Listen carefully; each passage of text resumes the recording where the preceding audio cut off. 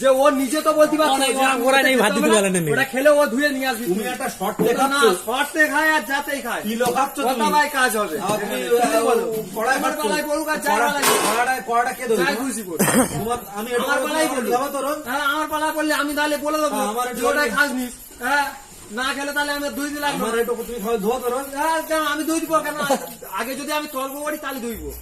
কারণটা কি ও যখন তর্কটা ফ্রি করনি তো ফ্রি করি আর না করি আমার কথাটা আগে শোনো। তুমি কিছু পাওয়ার আগে তর্কটা করেছো তো করি আর যাই করি হ্যাঁ আমি করেছি ওর পালা হোক